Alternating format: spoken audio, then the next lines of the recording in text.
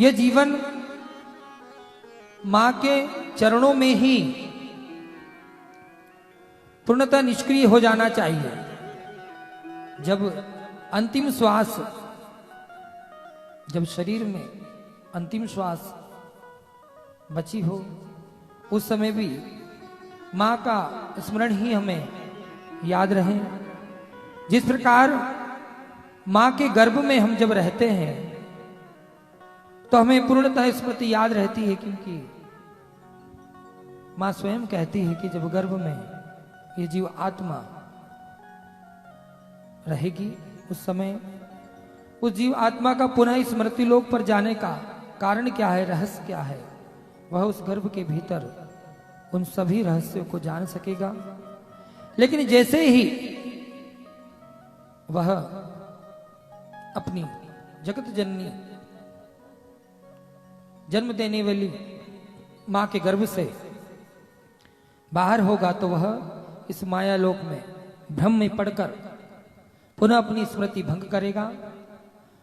और जब वह मेरी इस दिव्य कथा का श्रवण ही कर ले, श्रवण मात्र, व्यास जी स्वयं कह रहे हैं दिन मर्धम तदर्धम वा, दिन भर की आवश्यकता नहीं है, आधे दिन की आवश्यकता नहीं है, एक दिन की चौथाई की आवश्यकता नहीं है, हमें मात्र क्षण भंगुर, एक क्षण भंगुर मां की आराधना करने की आवश्यकता है, मां का नाम लेने की आवश्यकता है।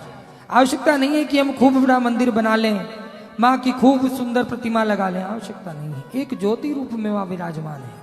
जिस प्रकार भगवान शंकर शिव पिंडी रूप में विराजमान है, शिवलिंग में विराजमान है, उस प्रकार वह भी एक ज्योति रूप में विराजमान है। जब भी आप मां की आराधना करना चाहते हैं, आपको कुछ नहीं करना, अपने घर में एक मां के नाम की ज्योत जला लें। ध्यान रखें, वह ज्योत ही सृष्टि है, वह ज्योत ही पालन है, और वह ज्योत ही श्रृंगार है।